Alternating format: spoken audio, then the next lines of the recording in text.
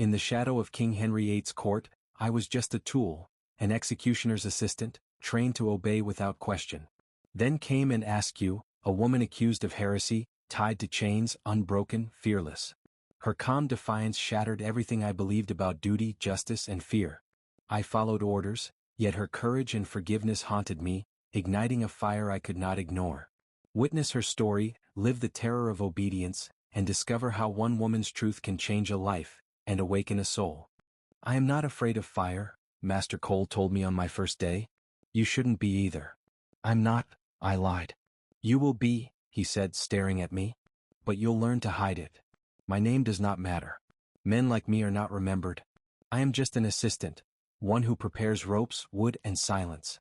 I work in the court of King Henry VIII, where obedience matters more than truth. Stand straight, Master Cole snapped. You look weak. I'm trying, I said. Trying is not enough. You obey. You don't think. I nodded. That was the first lesson I learned. Days passed and I followed him everywhere. I watched, listened, and kept my mouth shut. Pain is part of the job, he told me once. Not yours. Theirs. I said nothing. One morning, Sir Thomas riotously entered the yard. His boots were clean, his eyes cold. You, he said, pointing at me. You're the new one? Yes, sir. Good. Learn fast. We have no use for slow minds. I understand. Do you? He asked. Because hesitation is betrayal. I won't hesitate. He smiled slightly. We'll see. Later that day, Bishop Gardiner arrived. He spoke loudly as if the world needed to hear him. Heresy is a disease, he said. And disease must be burned out. Master Cole bowed his head. Of course, my lord. I stood behind them, silent, trying not to think about the word burned. That night I asked, do you ever question it? Master Cole turned to me. Question what? What we do. He stepped closer. No. And neither will you. But, he grabbed my collar.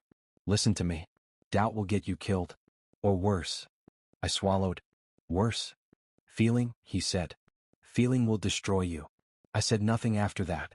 A few days later I heard whispers. There's a new prisoner, Thomas Gray told me quietly. Who? A woman. Anne Askew. What did she do? They say she defied the church. I frowned. That's all? That's enough. Later I saw Sir Thomas again. Prepare the lower chamber, he ordered. For her? I asked. He looked at me sharply. You asked too many questions. I'm sorry. You should be. That evening I carried chains down the corridor. My hands felt heavy. Don't think, I told myself. Just work. But the whispers stayed in my head. Dangerous. Heretic. Defiant. When they finally brought her in, I stood in the corner. Move, Master Cole whispered. I stepped back. They dragged her forward, her wrists bound, her body weak. Stand her up, Sir Thomas ordered. I can stand, she said softly. Her voice surprised me. I looked at her face. She wasn't afraid. That made no sense. State your crime, Bishop Gardiner demanded. I spoke what I believe, she replied. That belief is poison. Truth is not poison. Sir Thomas stepped closer. You will answer properly. I already have. I felt something tighten in my chest. Why wasn't she shaking? Why wasn't she begging? Master Cole leaned toward me. Don't stare. I'm not, I whispered. You are. I forced my eyes away, but I could still see her. Come. Quiet. Unbroken. Take her away, Sir Thomas said. As they pulled her back, her eyes moved across the room. For a second they met mine. I froze. There was no fear in them. Only something I could not understand. That moment stayed with me. What are you thinking? Master Cole asked later. Nothing. Good. Keep it that way. I will. But I didn't mean it. That night I sat alone. I just follow orders, I whispered. That was the truth. It had to be. But her face kept returning to my mind. Come. Steady. Unafraid. And for the first time I felt something break inside me. Bring her in, Sir Thomas ordered. I stood by the wall, my hands cold. Yes, sir. They dragged Anne into the chamber. The room was dark, heavy, filled with a silence that felt wrong. Stand her up, Sir Thomas said. I can stand, she whispered. Her voice was weaker now, but it did not shake. Bishop Gardiner stepped forward. You will answer us clearly this time. I have answered, she said. No, he snapped. You have avoided truth. She looked at him. Truth does not bend. The words echoed in the room. Sir Thomas turned to me. You. Stay alert. I am, sir. Good. Watch closely. This is what defiance earns. I nodded, but my stomach twisted. Name the others, Sir Thomas demanded. There are no others, she replied. You protect them? I protect truth. He slammed his hand on the table. Enough. I flinched. Do you understand your position? Bishop Gardiner asked her. I do. And yet you resist? I stand. Sir Thomas looked at me again. Do you see this? Yes, sir. This is pride. This is danger. I forced myself to nod. Yes, sir. But inside I wasn't sure anymore. The questioning continued, harsher, colder. Speak, he said. I already have. Then suffer for it. I turned my face slightly, trying not to see everything. Look at her, Master Cole whispered to me. This is your work. I know. Do you? He said quietly. I didn't answer. Why do you not scream? Sir Thomas asked her. Because I have nothing to fear. Nothing? He said, almost amused. Nothing that you can take. Silence fell again. I felt something shift inside me. This was not what I expected. She was supposed to break. She didn't. Later, as they paused, I stepped back into the corridor. Hard to watch, isn't it? A soft voice said. I turned. Who are you? Lady Joan, she said quietly. I serve in the lower quarters. I nodded. You shouldn't be here. Neither should she, Joan replied. I hesitated. She's accused. She's innocent. You don't know that. I do, she said firmly. I looked away. It's not my place. It is if you have eyes, she whispered. I said nothing. Do you believe she's dangerous? Joan asked. I paused. I don't know. She studied me. Then you're already different. Different doesn't matter here. It should. Before I could answer, Father Nicholas approached. You there? He said to me. Why are you standing idle? I was just listening to foolish talk, he interrupted. No, Father. He looked at Joan. Go. Now. She left without a word. Father Nicholas turned to me. You must be careful. Yes, Father. That woman is a threat. She doesn't seem. She is, he cut in. Doubt is how it begins. I lowered my head. I understand. Do you? He asked. Yes. Good. See her for what she is. I nodded, but my mind was not convinced. They called me back inside, and was still standing barely. Ready to speak?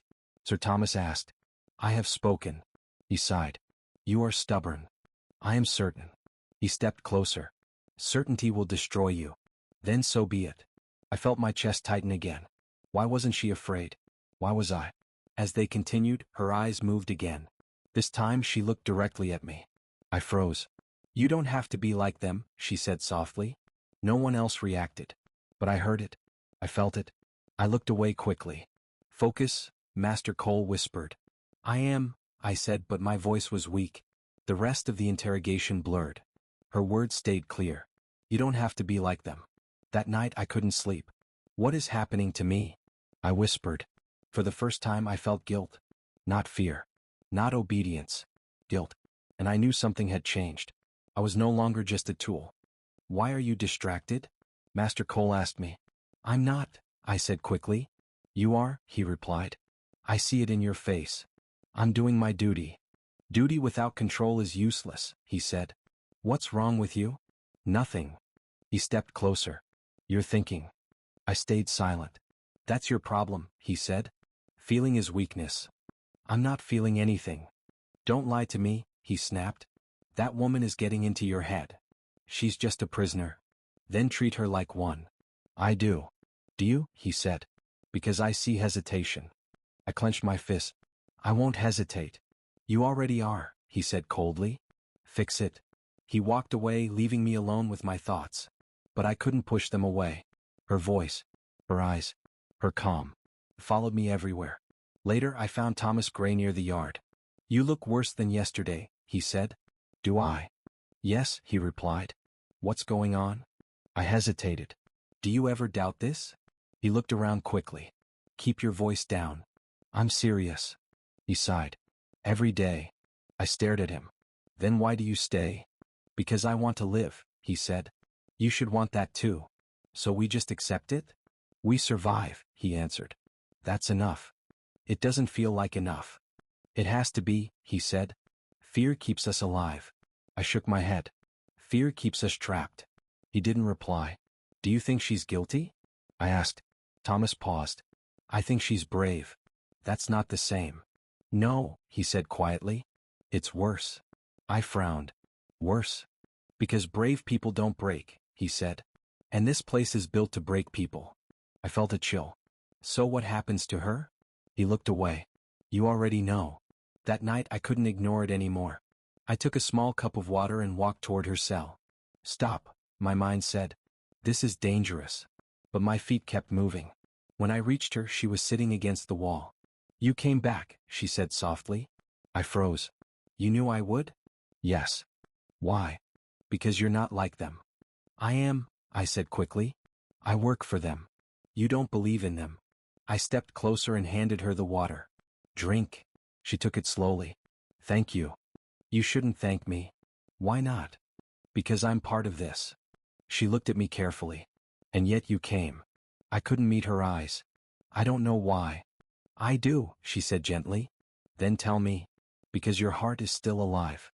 Her words made my chest ache. That doesn't matter here. It matters to you. I shook my head. You don't understand. I understand more than you think. I sat down across from her. You should hate me. I don't. Why? Because hate changes nothing. I swallowed. I deserve it. No, she said. You deserve a choice. A choice. I repeated. There is no choice. There always is. I laughed bitterly. Not here. She watched me quietly. You feel trapped. I am trapped. Not by chains. I looked at her wrists, bruised and bound. You are. And yet I am free, she said. That makes no sense. It will, she replied. Silence filled the space between us. Then she spoke again softly. I forgive you. The words hit me harder than anything I had heard. Don't, I said. I don't want your forgiveness. Why? Because it makes it worse. She tilted her head. Worse than what? Worse than punishment, I whispered. I stood up quickly. I shouldn't be here. But you are. I stepped back. I can't do this. Yes, you can. I shook my head. No, I can't. I left before I said anything else. As I walked away, my chest felt heavy. Her forgiveness stayed with me. It burned deeper than guilt. And for the first time I saw the truth. I wasn't the one holding chains. I was the one wearing them. What kind of man am I becoming? The order came, Master Cole said, his voice flat. She is to be burned. I froze. Burned? Yes. Prepare the fire, he said, handing me the tongs. I can't, I whispered. My hand shook. You will, he said sharply. Or you die first. Do not question me, he snapped. This is your duty. I swallowed, my throat tight. Duty, I muttered. I'm not sure I can. Enough. Master Cole slammed his hand down. You obey. You survive. I nodded, but the fear twisted inside me. Later, Sir Thomas appeared, eyes cold. You hesitate, he said. Do you want your head to roll before hers? No, sir, I said, voice barely steady. I will do it. Good. Learn to follow orders. I left, stomach heavy. That night I went to Anne's cell. She sat quietly, frail yet peaceful. I came to see you, I said softly. You shouldn't, she whispered. I had to, I replied. She looked at me with calm eyes. Do you regret anything? I asked. She shook her head. Only that truth costs so much. Her words stabbed me. I wish I could save you, I said, almost choking. You can't, she replied gently. It is not your burden to carry. But it feels like mine. She reached out slightly. It is heavy because it is shared. I looked away, ashamed. I'm powerless. You are not, she said softly. You can still choose within yourself. I stayed silent. The next morning the crowd had gathered. Voices shouted, some jeering, some solemn. I carried the wood, hands trembling. Steady, Master Cole instructed.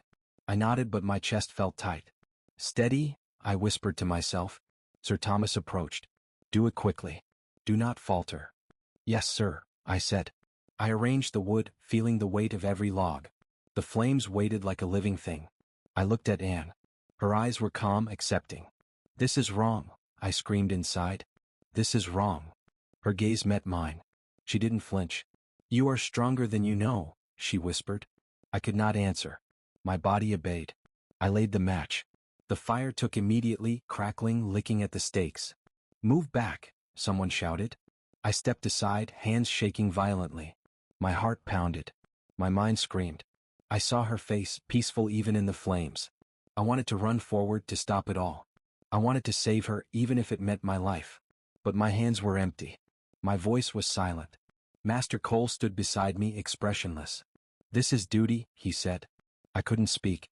I wanted to. I wanted to scream. I wanted to undo everything. The fire rose higher, consuming her body. I closed my eyes, feeling my own soul burn with guilt. "This is wrong," I whispered again, barely audible. But my body had obeyed.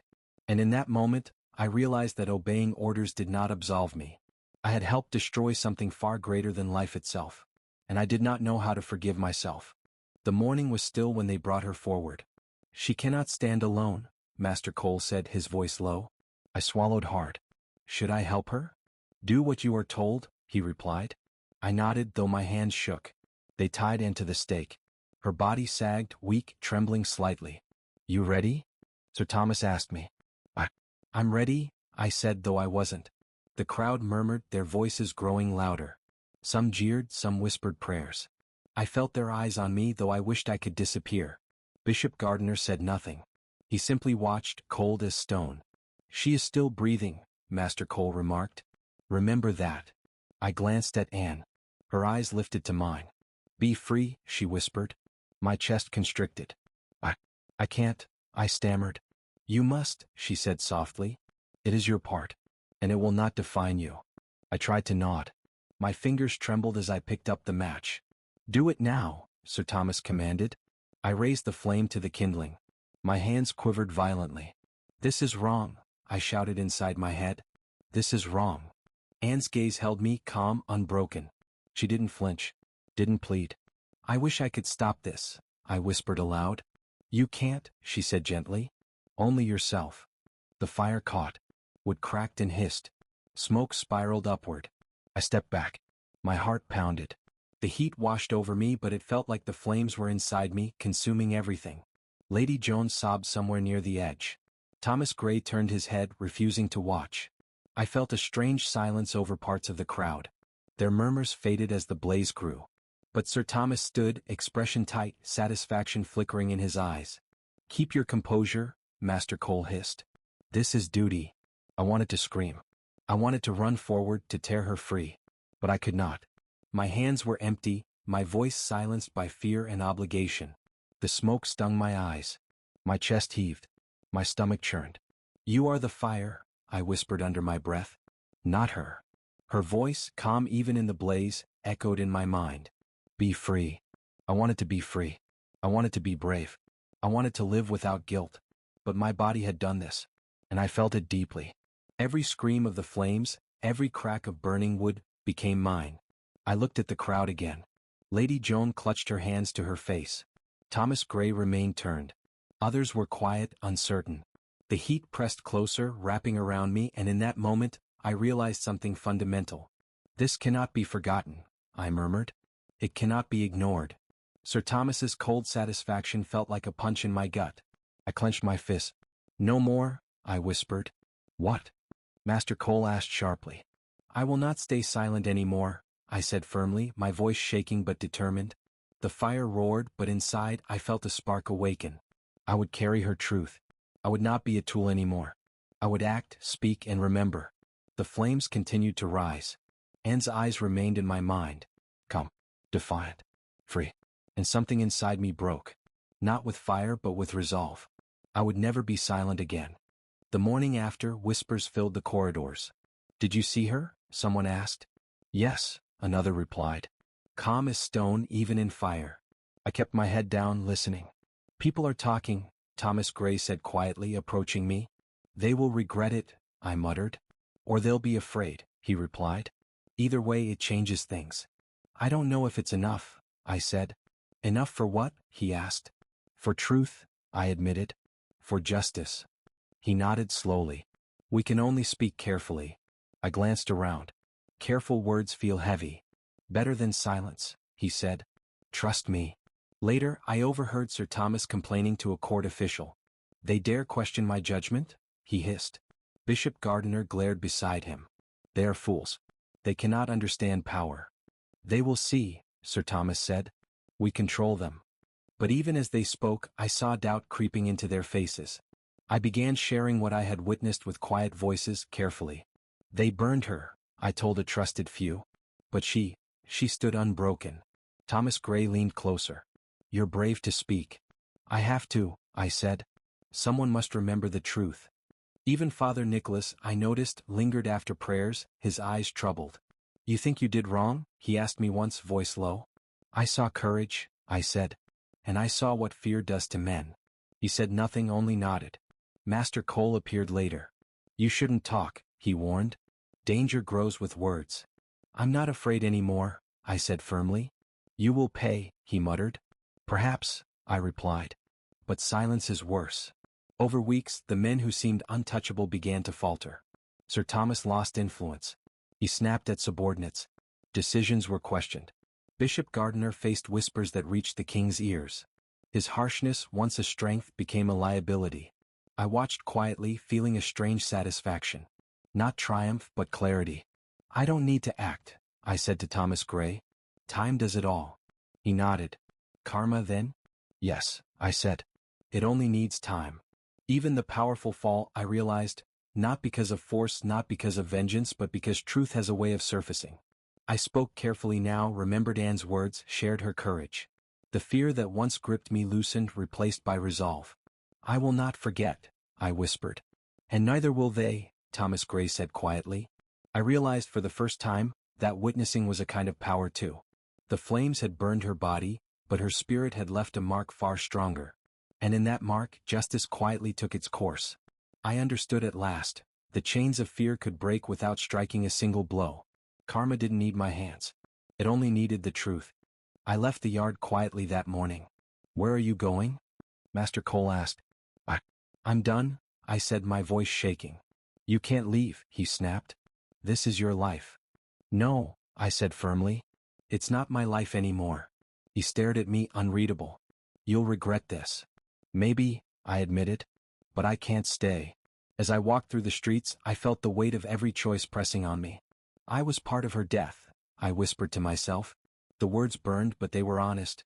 I thought of Anne. Her calm eyes, her courage, the way she had looked at me in the fire. She forgave me, I said quietly. And in that forgiveness, I found myself.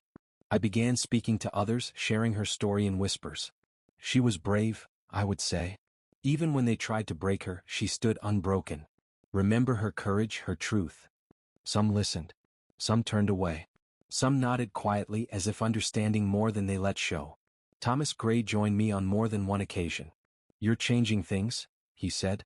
I'm just telling the truth, I replied. It matters, he said. More than you know. Even Father Nicholas, once certain of his own righteousness, admitted he had doubts. I didn't see it before, he whispered. I was blind.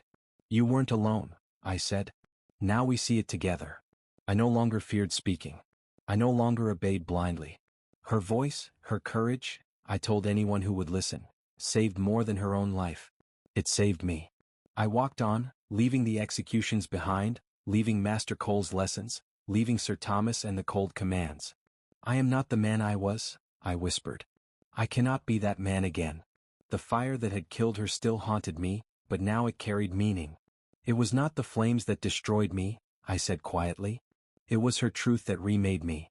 And as I continued forward, the weight lifted slightly from my chest. The fire that killed her gave me a soul, I whispered to the wind. I felt the words settle, heavy but freeing. For the first time in my life, I walked unafraid, carrying Anne's courage, her forgiveness, and her truth with me. I had been broken. I had been silent. Now I was alive, and I would never forget.